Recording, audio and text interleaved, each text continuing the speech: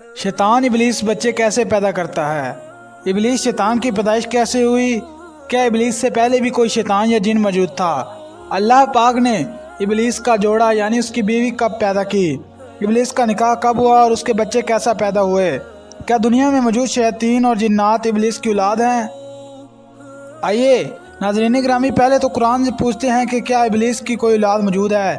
اس بارے میں اللہ قرآن پاک میں سورہ کہف میں فرماتا ہے، وقت یاد کیجئے جب ہم نے فرشتوں سے فرمایا تم آدم علیہ السلام کو سجدہ کرو، تو ان سب نے سجدہ کیا سوائے ابلیس کے، وہ ابلیس جنات میں سے تھا تو ابر رب کی اطاعت سے باہر نکل گیا۔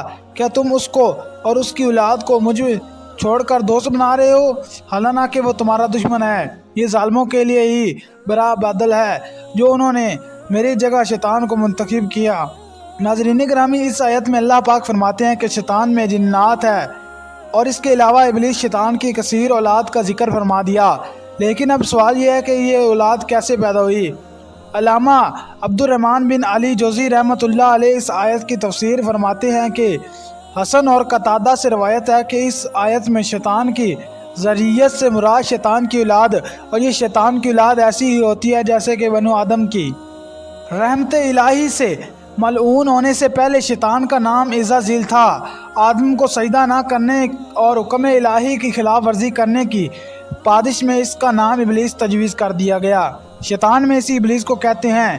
اللہ تعالیٰ آگ کے شعلوں سے ایک جن کو پیدا کیا تھا، اس کے بعد اس کے لیے بیوی پیدا کی۔ اس جوڑے سے تمام جنات کی نسل دنیا میں پھیلی۔ نازتہ المجالس میں حدیث میں ہے کہ جب اللہ پاک نے ابلیس کی نسل اور اس کی زوجہ پیدا کرنا چاہی تو شیطان پر غصہ القاء کیا۔ غصے کی وجہ سے آگ کی ایک چنگاری پیدا کی۔ اس چنگاری سے اللہ تعالیٰ نے ابلیس کی بیوی کو پیدا کر دیا۔ مجاہد رحمۃ اللہ علیہ کہتے ہیں کہ ابلیس نے نسل پیدا ہونے کی کیفیت یہ ہے کہ اس نے اپنی شرمگاہ کو اپنی ہی شرمگاہ میں داخل کیا تو 5 انڈے دیے۔ ان کا کہنا ہے کہ اصل ذریت ہے۔ حیات الحیوان میں شیطان کی افزائش نسل کے بارے میں روایت کچھ اس طرح مذکورہ ہے کہ اللہ تعالیٰ نے ابلیس کی داہنی ران میں مرد کی شرمگاہ اور بائیں میں عورت کی شرمگاہ پیدا کی، جس سے ہر روز 10 انڈے نکلتے ہیں، اور ہر انڈے سے شیطان مراد اور اس سے شیطان عورتیں پیدا ہوتی ہیں۔ ناظرین گرامی، یہاں آپ کو بات بتاتے چلیں، شیطان 2 الگ مخلوقات ہیں اور جنات الگ مخلوقات ہیں۔ علامہ زمخشری نے اپنی کتاب ربیع الابرار میں لکھا ہے کہ حضرت ابو ہریرہ رضی اللہ تعالیٰ عنہ بیان فرماتے ہیں کہ اللہ تعالیٰ نے 4 قسم کی مخلوق پیدا کی: ملائکہ، جنات، شیاطین اور انسان۔ ان دونوں کے 10 حصے کیے گئے، 9 حصے ملائکہ کے اور 1 حصہ شیطان۔ جنات اور انسان پھر ان تینوں کے حصوں کے لیے 9 حصے شیاطین اور 1 حصہ جنات اور انسان۔ اس کے بعد جنات اور انسان کے 10 حصے کیے گئے، 9 حصے جنات اور 1 حصہ انسان۔ قاضی ثناء اللہ پانی پت تفسیر مزری میں لکھتے ہیں کہ انسانوں کے باپ ابو البشر، جنات کے باپ ابو الجان، جبکہ شیاطین کا باپ ابلیس ہے۔ جنات میں کچھ مسلمان اور کچھ کافر مرتے بھی پیدا بھی ہوتے ہیں، اور شیاطین میں سے کوئی بھی مسلم نہیں ہوتی۔ کسی کو موت آتی ہے جب قیامت سے 40 سال پہلے ابلیس مرے گا تو اسی کے ساتھ سب مریں گے۔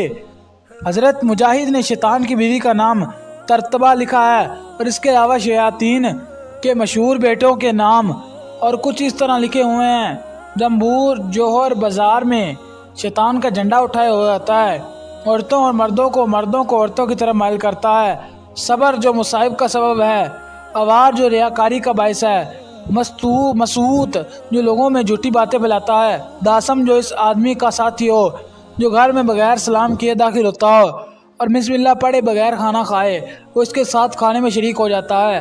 الغرض شیاطین روزانہ ایک انسان پر کئی مرتبہ اپنے قابو کرنے کے لیے حملے کرتے ہیں، جیسا کہ ابن مسعود رضی اللہ تعالیٰ عنہ فرماتے ہیں، حضور نبی مکرم حضرت محمد صلی اللہ علیہ وسلم سے روایت کرتے ہوئے نبی پاک نے فرمایا، تم میں سے ہر ایک 7 جنون اور شیطانوں میں سے ایک ہم نشین ہے۔